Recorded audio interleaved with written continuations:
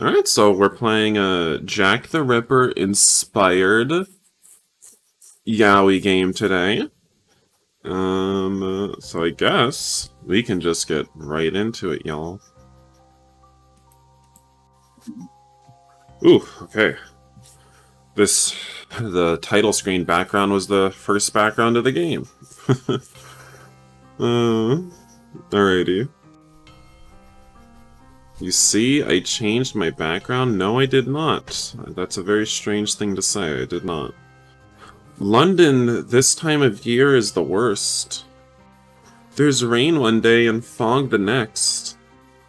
I'd rather not set foot in Whitechapel, especially in autumn, but I have no other option. As soon as I venture past Commercial Road and Whitechapel High Street, there are less and less people around me. A misty rain has been shrouding the whole town since early morning, so right now my jacket is soaked and my hair hangs gracelessly stuck to my forehead. Look at all the smog. Of course there's smog.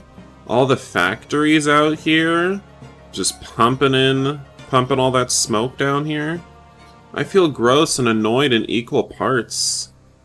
You hope I'm looking company, you hope that's how I feel. Ooh, think again. I'm relieved when the pub I'm looking for appears in front of my eyes. The frying pan. One of the last places my mother was seen alive. We have to avenge our dead mother. Inside, the stench of beer mixes with sweat and dampness, but at least it's dry. Alright, and that's us. Aren't we such a cutie patootie? We're in little English lad. Oh god, no, should I have given him an English accent? Oh no, I don't know if it'd be really annoying to do that the entire game, read all the narration in an English accent. No, I couldn't. I wouldn't. I fluff out my hair in a vain attempt. I don't want to. No, I'll give the English voice to a side character in a vain attempt to get rid of the annoying humidity, and I don't need to turn to notice a number of eyes drilling into me. I approach the counter and ask for a pint, and the patron's curiosity seems to be satisfied after they've taken a good look at me. They go back to their idle conversation and to ignoring me. I look around trying to remember the faces of the women I'm looking for. My pulse races when I recognize one of them sitting in a small group at the counter a bit sideways. I drag my pint and my stool closer to them and smile openly at the woman. They smell... Wait, what? Oh, okay. They smell, dress, and look like prostitutes. Okay, wow. Is this an insult? But I didn't expect anything less of them. That was an insult, honey. When your eyes are spaced the proper distance away from each other, maybe then you can start talking crap about prostitutes, but they perform a vital function, okay? Good morning, ladies. Does one of you happen to be Miss Emily Holland? The prostitutes smirk at being addressed as ladies. But it does the trick and their expressions become more curious than upset at the interruption. One of them, a woman in her 30s, and one of the few faces I remember from the funeral, grins and answers me. Give him a Cockney accent? Do you think I just can do any accent I want? I might be, or I mightn't. It depends on who is sending you. One of the women places her hand on my forearm and starts to rub the damp fabric. I'm not sure if she's trying to dry it or if she's testing the quality of the fabric. Either way, it's getting on my nerves. Oh my god, look at what happened to his eyes. I politely move away and set my nicest smile again in place. Nobody sent me. I'm Eddie, Pauline Nichols' eldest son. They share a baffled look and I watch their faces turn into the same expression that I've been seeing the last weeks on almost everybody. Pity. I straighten up before they start with the litany of poor boy that I already know by heart. I just want to know more about that night's events. The police don't want to show me their reports. To be fair, everyone stank back then. Ooh. The Met. The Met is being totally incompetent. Is Met's Metropolitan Police? I think that's what it's short for. Has it been 3 weeks already since the murder? I lick my lips and nod uneasily. The other two women start to talk at the same time. And then, Dark Annie the following week. What a dreadful death. Curl always sounds like he's from up north, not a Londoner. Are you from the England, pretty bead? As if we didn't have enough with those gangs who R us and rob us. Can't be saying the big R on stream or on videos. I'd have to censor that. In fact, I played a game recently where I kept saying the big R word and I had to censor it multiple times. Anyway. I raise a hand trying to call their attention back to my mother's case. Agreed, but I need you to tell me everything you remember about that night. It's all in the papers now, child. I haven't hidden anything, I promise. But it will still be better to know everything from you firsthand. There's frowns on me, of course. I gesture to the bartender to pour another round of beers for the women and they giggle happily. Alrighty then. I don't know what you will win with this. As I told the police, wait, wrong voice. As I told the police, I met your mother in the wee hours of the morning, around 2:30, on the corner of Whitechapel Road and Osborne. Were there people on the street at those hours? Well, you know Whitechapel Road never sleeps. There were laborers going to work and dock workers going back home. So she expected to earn money to pay for her bed and our lodgings that night.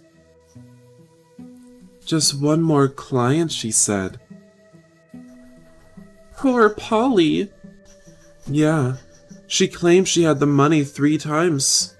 Wait, she had the money? What does that mean? She claimed she had the money 3 times that day, but she ended up drinking it up. I don't know what that means. Had the money? I clench my fists and lower my head at hearing those painful words. What else did she say? That's all. I was so tired, so I cut the conversation short. I left and we never saw her alive again. Boy, but don't be sad. Come on, boy. Let me cheer you up. At least for a short while. Sorry, honey. I don't sleep with common tramps. Get out of here, thought. One of the women put her hand on my knee and squeezes it. I rush to move away. That seems to amuse them because all 3 laugh at my surprised face. Oh, sheesh. Mary gave you a fright. He's so young. Don't be like that. I won't charge you. It's the least I can do for my friend's son. Your mom died recently.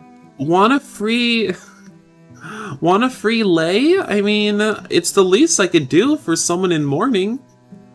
Right. I almost trip over my own feet in my haste to stand up and put some space between that disgusting woman and me. Whoa, okay. Someone really hates prostitutes, apparently. Kind of misogynistic right now, honestly.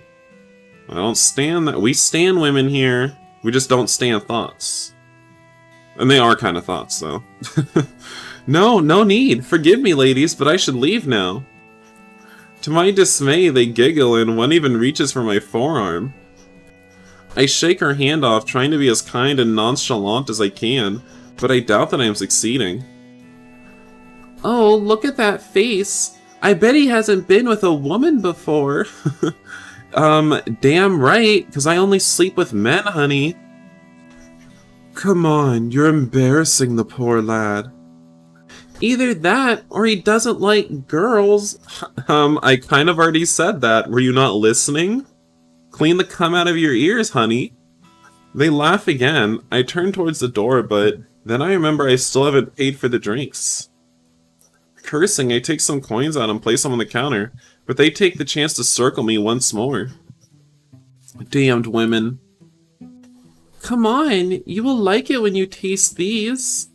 And in my complete horror, when I turn to face them, a pair of boobs are looking back at me. The woman only flashes them to me before covering herself, half dead with laughter. I freeze, unable to speak or move, horrified. In my mind, the boobs just keep flashing back in my memory. I'm completely traumatized. Those big milky jugs. I'll have nightmares about this for weeks. A big hand lands on my shoulder with a loud thump. Alright, ma'ams, you have had enough fun for today. The show is finished. The prostitutes boo at the man behind me. I turn slightly to see who my savior is. Okay, this is one of our love interests, I think. He's a tall man with broad shoulders and a nicely cut jacket. Thanks for saving me from those thoughts, bro. He dresses simply, but he still smells of regular meals and gentlemen's clubs. Literally, now that I notice it, he's even wearing cologne. Before I can ask him who he is, the guy waves the women goodbye and pushes me to the table at the entrance of the pub. Who? He interrupts me with a wide smile and a hand in front of my face. William J. Burns, at your service. I reluctantly shake his hand before he takes a visiting card out of his jacket out of his front pocket. From Burns Detective Agency, New York. But I'm here on personal business, Mr. Nichols. I study the card as if it was going to vanish any moment. I blink twice. I get to my feet and give the visiting card back to his owner.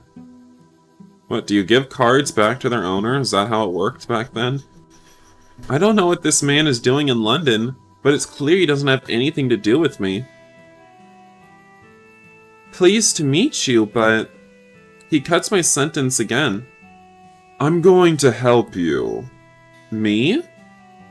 Yes. I'm going to be the man who puts the Whitechapel murderer on the gallows. That's why I came to England in the first place. He looks 18? Who, this guy? The guy in the black suit? Noticing I'm gaping, excuse me, honey? Clap them cheeks together if you're gaping. Don't be gaping out here. So this is well, this is not a family place. This is not a family restaurant. I close my mouth and sit down again. Did the Metropolitan Police hire you? No. Not exactly. But they have accepted my help. I've even written a permit signed by Sir Charles Warren. Well, I mean, I'm not complaining. I don't like daddies like you guys. I'm sure some of you would want this guy to look 50 years old, have some white hair, and that would just do it for you, you know? But I like it. I like it that he looks young. Sorry. I stare at him in awe. Sir Charles Warren is the Metropolitan Police Commissioner, the biggest fish in the Met. To think they got rid of me with a pat on my back while this guy gets a letter that opens every door in London. That's a bit unfair. Deciding not to look too impressed by the American, I cross my arms and keep a poker face. Then why were you eavesdropping on those women and me? He laughs, a loud and infectious laughter, and waves his hand, playing it down. You don't like old men? I'm just saying, in the comment sections of my videos, people love old men. They love them. They love that sagging skin. They love that white, gray hair. They love it. They love those liver spots. I'm just saying. I'm not saying you do, I'm just saying in my comment section. That's what they're like. I was only curious whether they would tell me whether they would tell the victim's son a different version than they told the police, but it wasn't the case. I nod and move uneasily in my chair. This guy seems so confident, so happy to be in his own two shoes. I can't help but be jealous. So, why did you say you want to help me? I want my mother's murderer to pay for his crime, but I'm not looking for anyone's pity. I know my words come across as harsh and unfriendly. Perhaps I should try to tone them down. Doc Ryden flashbacks? Ooh. His answer is a long silence. He lets his chin rest on his intertwined hands and watches me with a smile dancing on his lips. Who said I pity you? No, this has nothing to do with pity. In fact, I have 2 reasons for helping you. I raise my eyebrows in disbelief. 2? Oh, this is getting interesting. The main reason you want to find your mother's murderer is because you feel guilty about the way your family and possibly you treated her. You think that perhaps, if you had tried harder, you would have succeeded in making her give up drinking. Or at least she wouldn't have turned to prostitution as a mean of surviving on the streets. My cheeks feel hot, and I know I'm blushing furiously right now. Because everything he says is true. I loved my mother in a way just as every kid loves their mother, but I also felt ashamed of her. My grandpa and I tried, more than once. We were patient, tolerant, and forgiving of her flaws, but it was useless. Damn, even my father tried, until he was too fed up with her. But I'm not on the best, it should be on. I'm not on the best terms with him, but I admit, he was patient for her for years until it was too much. The drinking, the infidelities, the lies. In the end, she did exactly what she wanted to do, leaving all of us behind, her children, her husband, and her father. But instead of allowing me to turn my face ahead and ignore her existence forever, as I had planned to do, she had to get murdered in such a horrible way. And now I'll forever be the son of the dead W. I clench my hands and glare at the detective. How do you know that? Have you been investigating me and my family? I only have your grandfather's testimony in court, but I have 2 eyes and I love to use them. You know, I like to observe and draw my own conclusions. And you've just confirmed my deduction about your motivation, see? I bite my lower lip, afraid of the retort that might slip through my lips if I don't do so. This guy is infuriating, but he has a permit from the police and I don't. So I should try to remain civil with him. You said you had 2 reasons for helping me. Is that the first one? Yes, it is. Curious about the second. He grins at me with his perfect teeth and his perfect conscience. You know us Londoners. We got those yellow teeth all unaligned. Not like them Americans. Funny, innit? Yeah. Not really. I'll tell you all the same. Before, when those women were teasing you, they said you don't like girls, and you didn't deny it. Okay. Alright, sir. Actually, maybe don't out me in the bar, because I'm pretty sure at this time in England, you would get, what's it called? Castrated? You would get castrated for being a homosexual. I think you either get executed or you get castrated. You can choose. So, like, maybe don't out me right now, but hey, you know, you do you. I'd love a little castration. It's awesome. It's the ultimate chastity, you know? Is it true? Are you a sodomite? Actually, I'm a catamite, but what's your point? What a bad choice of words. I pull a face and almost spit my reply. I am. Something wrong with it? Girl, ooh, the Met's it's gonna catch ya. They're gonna lop off thine balls. He looks completely shocked. That looks good on him, and it makes me feel a bit proud of myself. I made Mr. Rich American Detective shut up. The silence starts to linger a little too long for my nerves, though. Hey, you're not going to report me to the Met, are you? Exactly.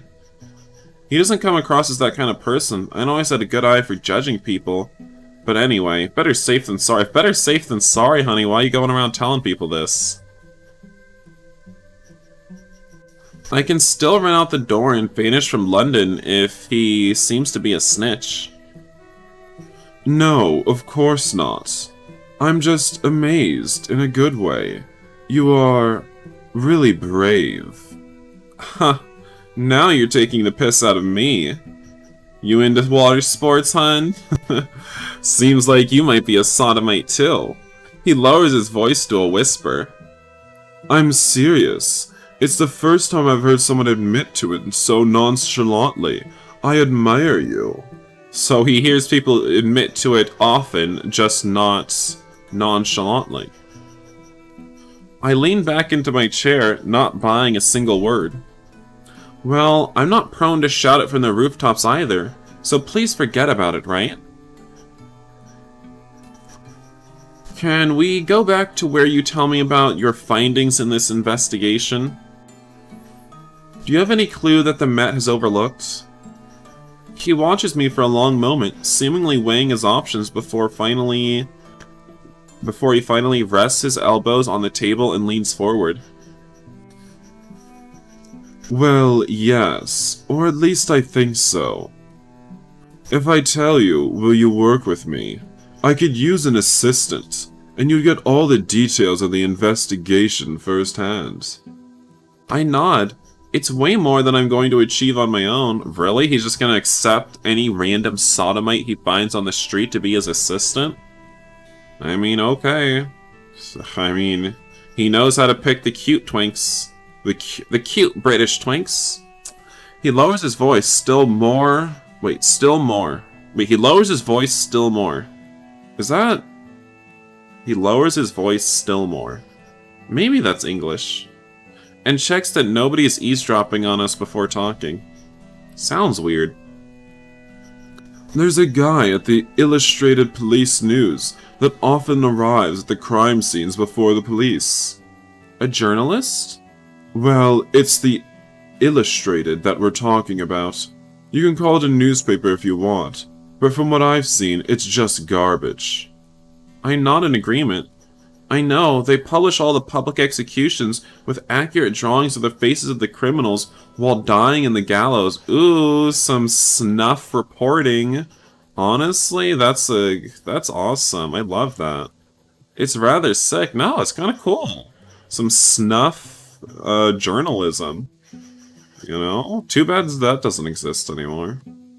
And all the worst crimes. With all kind of gory details, yes. It's like literally watching true crime, you know?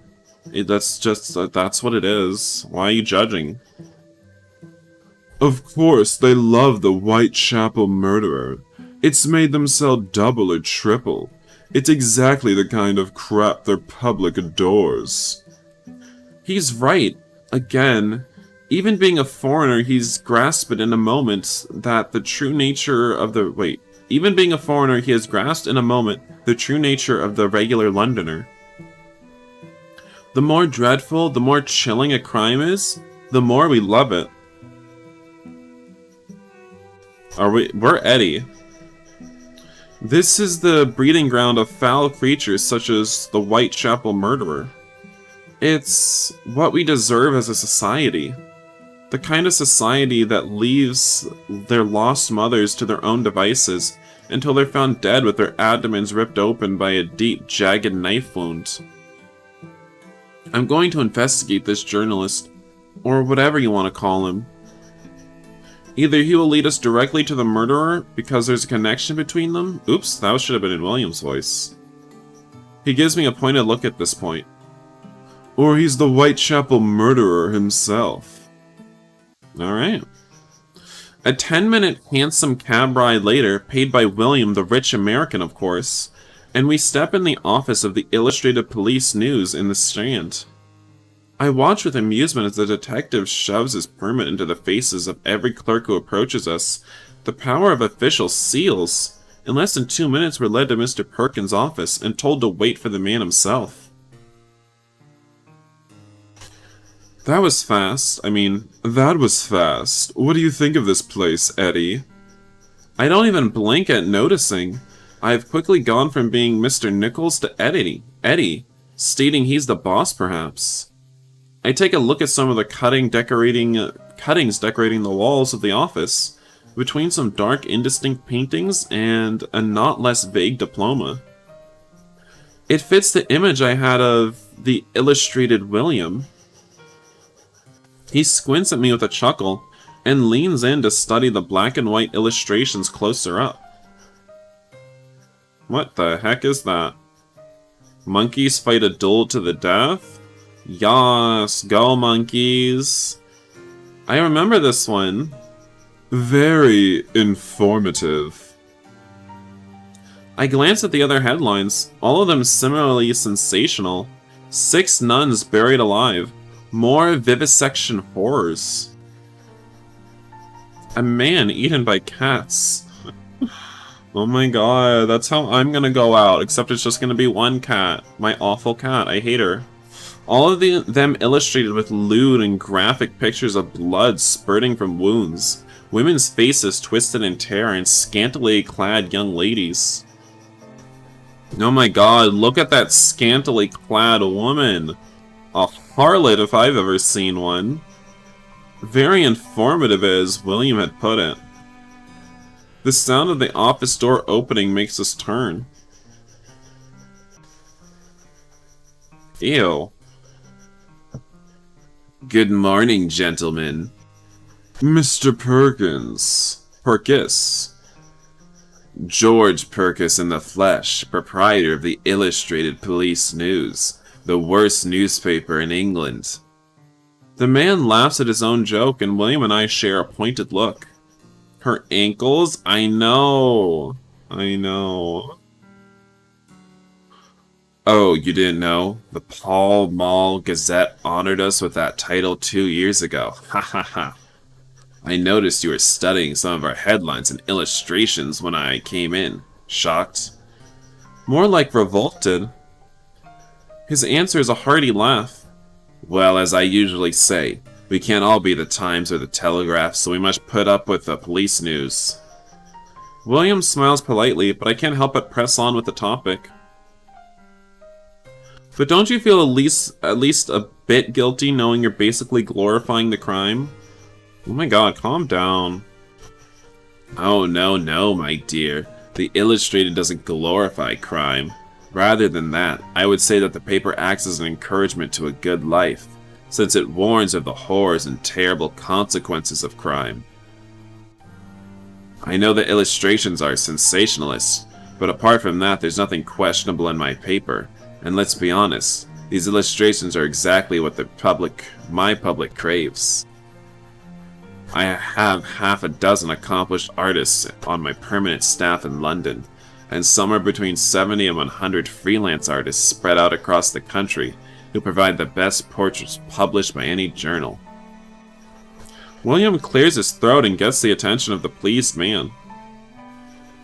Right, we're here to ask about one of the members of your staff, in fact. Ah, true. My secretary told me you'd come on behalf of Mr. Charles Warren. But you are an American, right? What are your positions in the Met, if I may ask? We are external consultants. William takes out the permit once more and lets the man examine it. Mr. Perkis takes a quick glance at it and gives it back to William. So it's true, the Met is hiring detectives to help with the Whitechapel murders. That isn't exactly true, but William smiles again and says nothing. letting Mr. Purkis believe whatever is more convenient for him. We'd like to talk with Chris Forrester. Mr. Purkis frowns thoughtful. I should have guessed you'd want to talk with him, since he's covered the Whitechapel crimes. Uh-oh, Spaghetti-O. Savvy. Is he here right now? What is Mr. Forder's position in the Illustrated? How long is he working? I feel like I'll be able to answer or ask all of these, actually. Maybe. But I'll say the last one first. Why, he lives in Whitechapel, so he's the closest man I have to the horrible events.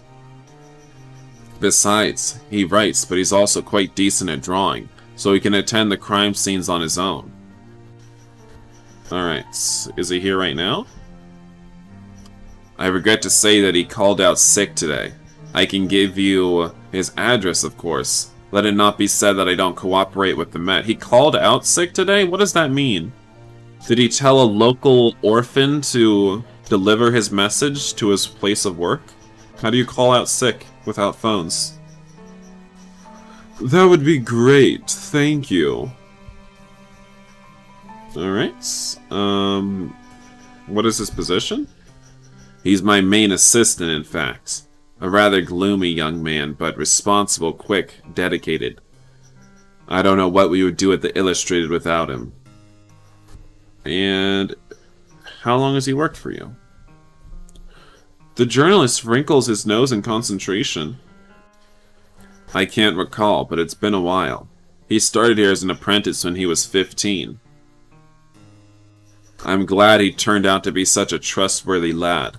Other young men his age think only of drinking and chicks, but him? Half of the time you don't even notice he's around, but then boom, he has an article on top of my desk before I even get a word about the news. What?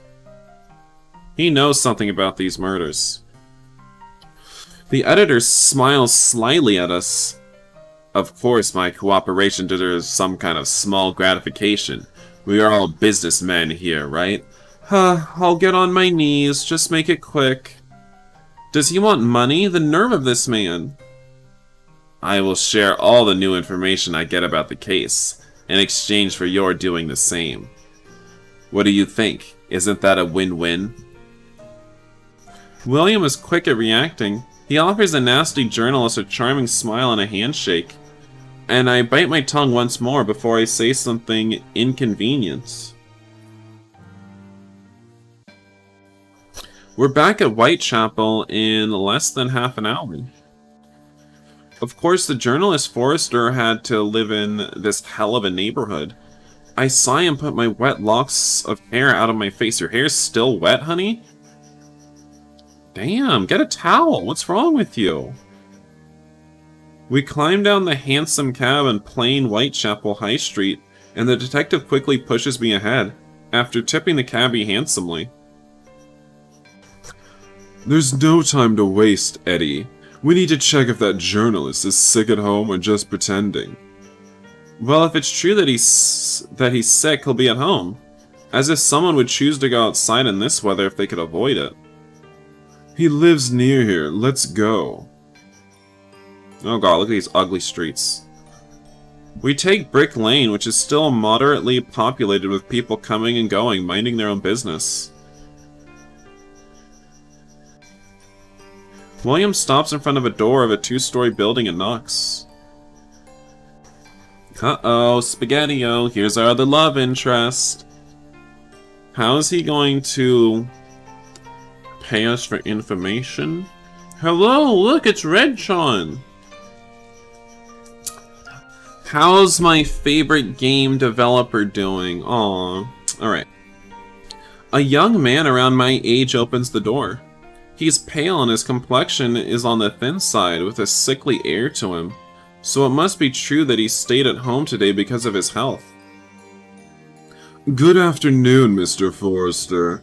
We come on behalf of the Metropolitan Police Commissioner, just for a couple of quick questions. The journalist stares at William without changing his expression, ignoring the official document that's shown to him. A bit uneasy, the detective keeps on talking. Your boss, Mr. Perkis, told us you're feeling unwell today. He gave us your address.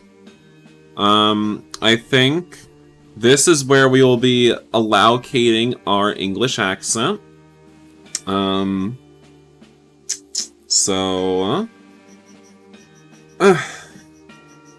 me try to... How do I do an English accent again? Come in, then. I'll bring tea. William and I step into the sitting room of the journalist.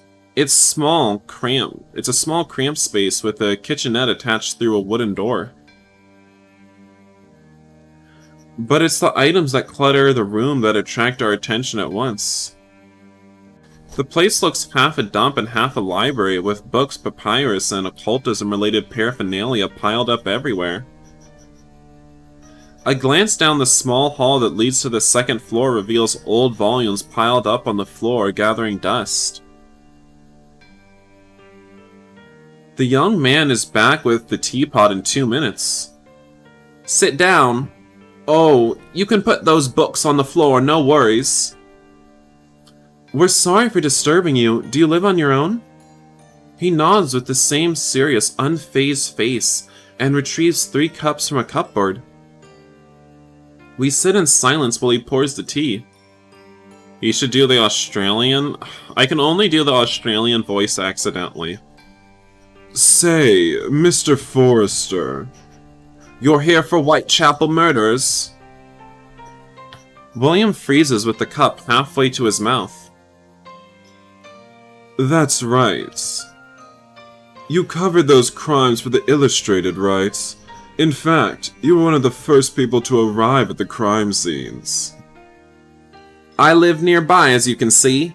I was coming back from work and heard the police constable's whistle. You were going home at 3:30 in the morning. I went to take a look at the fires on the docks that night and wrote a short article for the paper. It's true, there were 2 fires the night my mother died. Are you the son of Polly Nichols? Aye. You can spare me the condolences. I've already heard too many these last few weeks. He nods. What about the second murderer? 6 in the morning? Were you also checking on another event? No, I couldn't sleep, so I got up early and went for a stroll. My intention was to have a light breakfast at the frying pan. But before they could open, you met 3 police constables who had just found Annie Chapman in Hanbury Road. A carman found the body and alerted them, yes.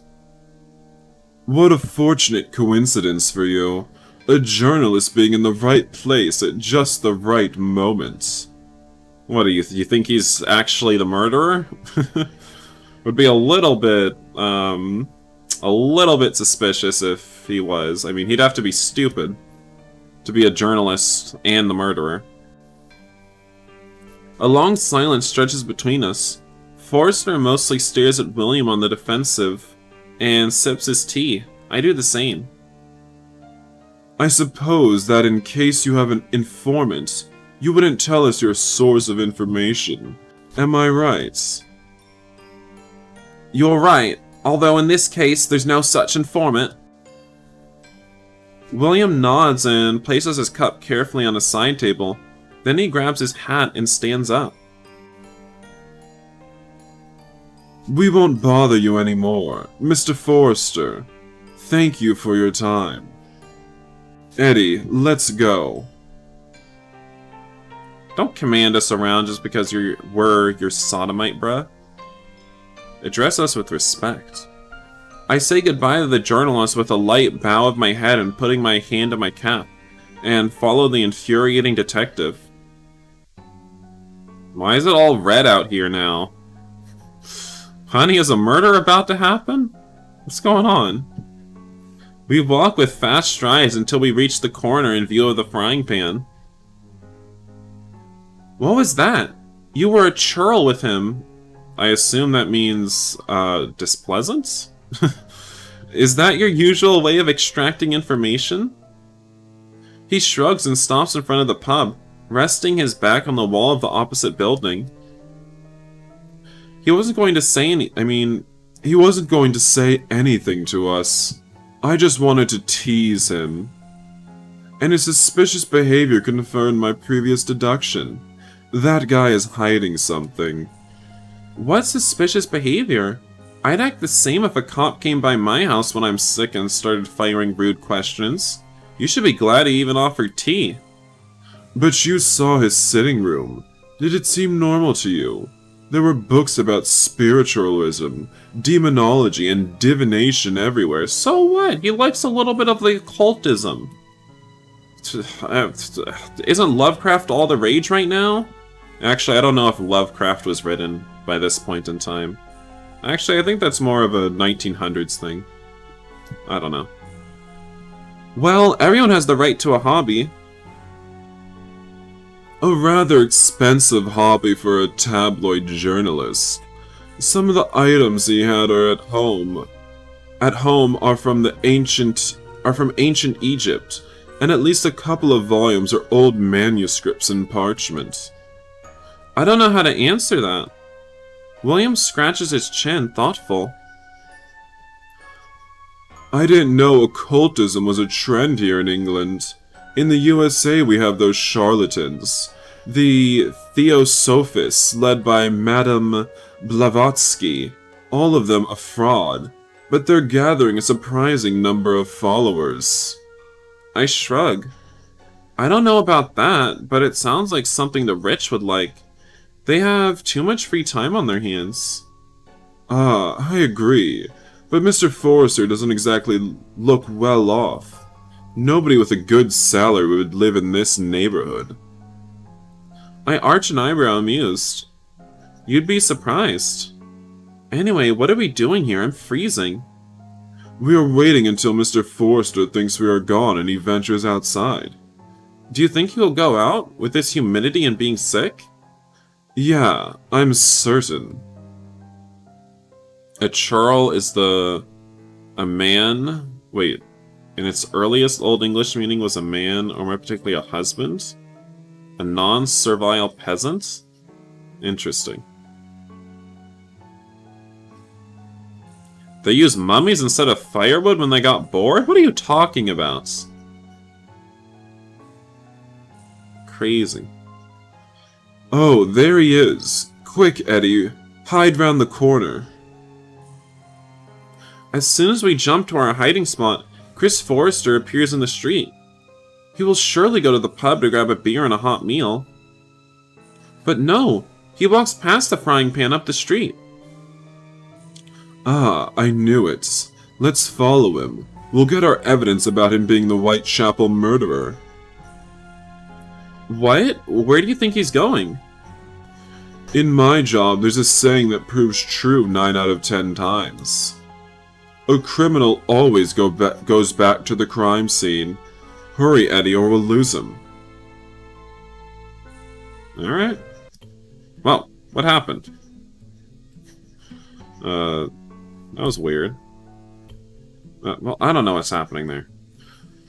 We follow Chris Forrester as he turns the corner twice. The sunset leads to almost night by the time we arrive at a place I can recognize from the newspaper photos and drawings. Oh look, it's Noriko. Hello, my love. Hello.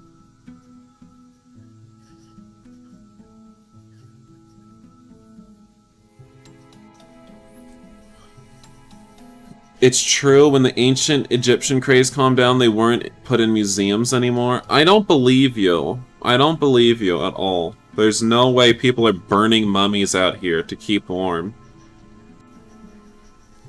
I can't believe William is right. The journalist stops in front of the entrance of the backyard where Annie Chapman, the second victim, met her demise. He just stands there hesitant. I bet he didn't expect the spot to be full of people. Because yes, even now at nighttime, the 2 murder scenes keep getting visitors. Not the police anymore, but curious people who want to see the famous crime scenes themselves. Before the journalist can retreat the same way he came, William steps forward. British people ate mummies? For medicine? You're coming with me. The detective grabs his forearms. Forrester tries to shake him off, but of course William is stronger than him. That much is obvious. I guess, just call out Forrester for being a tall, thin twink, I guess. Let go of me. Not until I get some answers out of you. What? I mean, we really don't have anything on him. He's a journalist that went back to a crime scene, possibly to write another article. I mean, what do we have on him? William starts walking fast, dragging Forrester with him. Half tempted to act, he's being too harsh with the guy. But I also want answers, and Forrester's the only lead we have. Oh my god, it's really dark now. Look at me. Stop dragging him, William. He's not okay. The way I said you're coming with me was too seme? Goodness. I am a natural born seme, so... Yeah, sure. We all know that's an excuse. Spill it already. You're the one who murdered these women, right? What kind of investigator are you? Like, honestly... Let me turn on at least some light. I don't know. But what kind of investigator is this man? He just grabs hold of... He just grabs hold of, someone that he has basically no evidence on and just shouts at them that they must be the murderer? This isn't an investigation. What is this? This is nothing. Get a new job, sis. Go back to America. We don't need you here in England. Alright, spill it already. You're the one who murdered these women, right? Forrester presses his lips together and looks away. Why did you want to check out the crime scene? Did you want to bask in the glory of how famous you've become? The journalist stays stubbornly silent.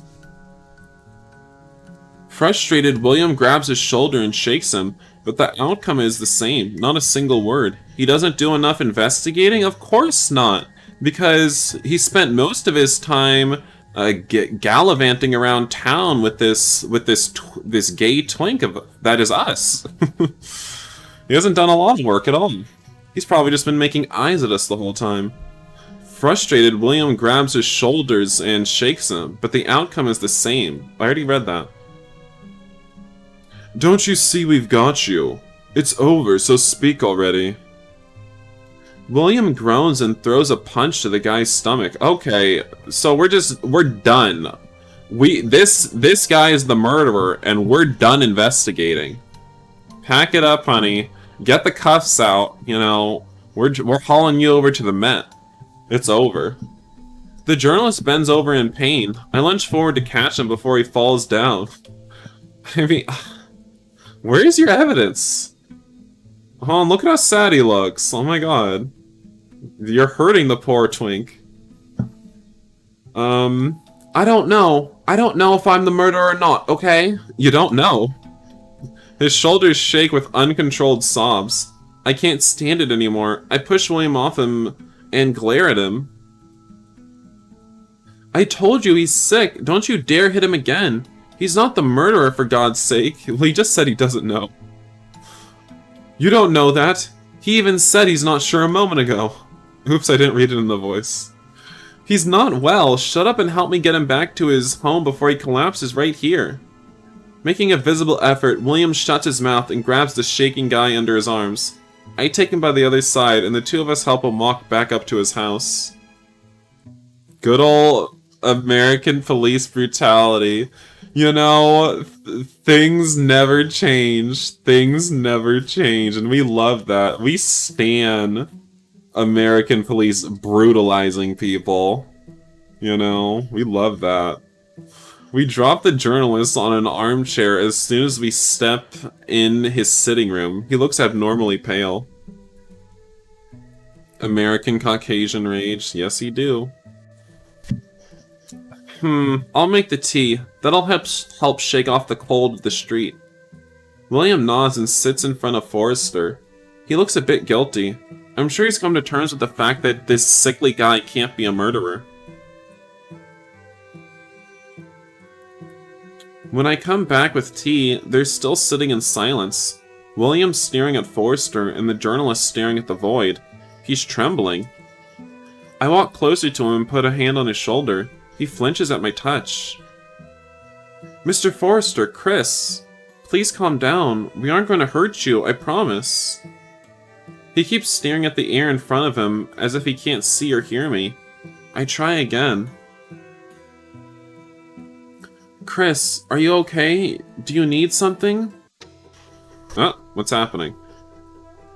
As soon as my hand grazes his shoulder, he suddenly stands up, wobbling and hitting the coffee table with his knees. His teacup tumbles over and the hot liquid spills, dripping onto the floor. William curses and picks up the teacup. I grab the journalist's forearm before he loses his balance to help him back to the armchair. What's wrong with him? He pushes my hand off and falls gracelessly back onto the armchair, but at least he's finally looking at me. Don't touch me. I raise my hands where he can see them. William and I share a look and then he nods, encouraging me to keep on talking to Forrester. I won't touch you. We just want to help you, Chris. He makes a sound, half a chuckle, half a sob. His narrow shoulders are shaking out of control. You're shivering. Do you want us to light up the fireplace? William stands up to do so without waiting for a reply. But Chris Forrester's eyes are glassy and his expression is empty again. He seems to be far away from this place. You wouldn't trust the detective after what he did? Of course not. Are you gonna trust a police officer that just beats your ass and then afterwards tries to act like he's your friend? No one can help me. I don't deserve any help. Chris, please don't say those kinds of things. But it's the truth. I might be the one murdering those women. Your mother too. I don't know. How can you not know? You either did it or you didn't. My thoughts exactly, but I didn't want to ask so harshly. Chris Forrester's very agitated right now. His limbs still tremble and there's a twitch in his hands. This guy's not okay. I always see blood in my dreams. Since many years ago. William opens his mouth to retort, but he thinks better of it and keeps silent, encouraging the journalist to speak. I do the same. I wasn't aware until I started working at the Illustrated, but some of the bloody scenes in my dreams turned out to belong to actual crimes. I don't sound distraught enough to be reading Chris's lines. I'm so sorry. I don't know how I can sound distraught and do the accent. I don't know if I have that talent. It's a curse for my sins. Is that distraught enough? What sins?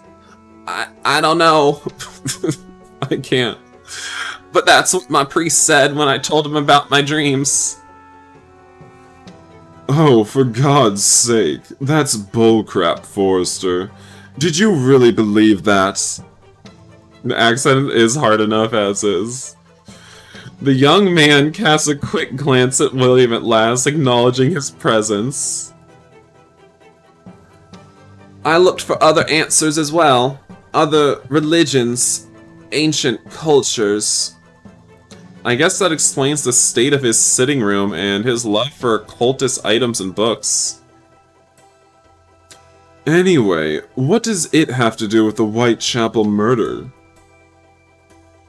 The journalist licks his lips and shakes his head with sadness. A month ago, the dreams worsened. I started to see those horrible scenes when I was awake too. Women screaming in agony. Knives slashing through flesh and organs, blood splattering everywhere. My stomach churns at the image. Did he see my mother in her very last moments? Wait. Are you telling me you hallucinate the murders? He's not buying a single word from Forrester. That's quite clear. Did it start before my mother's murder? Forrester nods. A bit, yes. A week or two before. When it happens, it's so real, I can't tell if I'm dreaming or not. I come back to my senses in strange places, and I can't recall how or when I walk there. Hold on. The night of Polly Nichols' murder, and with Annie Chapman too. Did you find yourself at the crime scene after one of those hallucinations? The detective looks at me with a winning grin.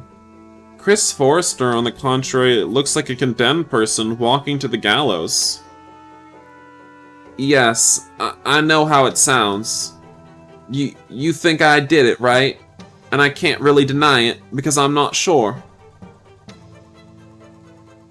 I went to bed, then had a dream, or whatever it was, and woke up in a dark alley, with the police constable's whistle piercing my ears, and a freshly mutilated corpse in front of me. He covers his face with his hands and his shoulders start to shake violently with uncontrolled sobs.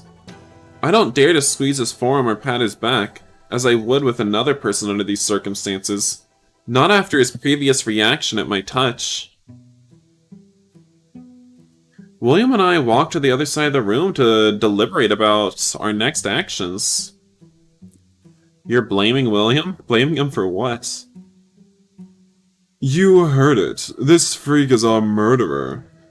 No, that's not what I heard, honey. You don't investigate. You just want to wrap up this case so you can sodomize my twink body. That's all you want to do. Chris Forrester's a sick person. He needs professional help, not a death sentence. Oh, come on. Do you really believe him?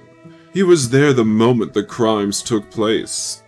He's sick and unstable, yes, but he committed the crimes. I thought you wanted revenge. And I do want it, but not at the expense of an innocent's life. Do you really think this guy would murder someone in cold blood and in such a brutal way? His previous reaction, you punched him, how should he have reacted? But he was there. I think he killed those women while in a trance. He seems to be a sleepwalker, so everything is possible. What? Everything is... he sleepwalks. Everything is possible. What? The fact that he isn't aware of it doesn't make him an innocent, Eddie. I stubbornly refuse to see his points. Let's keep an eye on him until we have more evidence. I'll trust in his innocence. He rolls his eyes but finally shrugs, giving up. We'll keep watching here tonight. We'll keep watch here tonight. Will that make you feel more at ease? Yes, indeed. I won't take my eyes off of him until all of this is solved. And then I'll show you how I was right and you weren't. Is this a wager? What are the stakes? Really? How about these fat cheeks right here? I think I've already decided on what I'll want. I'll want when I have my victory, so you better decide on yours. He does want my cheeks. What are you talking about? What is it? What are you betting? I'll tell you once I win. Now let's help Forrester into a sleeping position on the couch. Come on. Infuriating as always. William winks at me and moves to help the journalist get ready for the night. I sigh and consider my options. I see none apart from following this American madman, so I go upstairs to grab some blankets and pillows. At least I have one more time for Chris Forrester. New friend.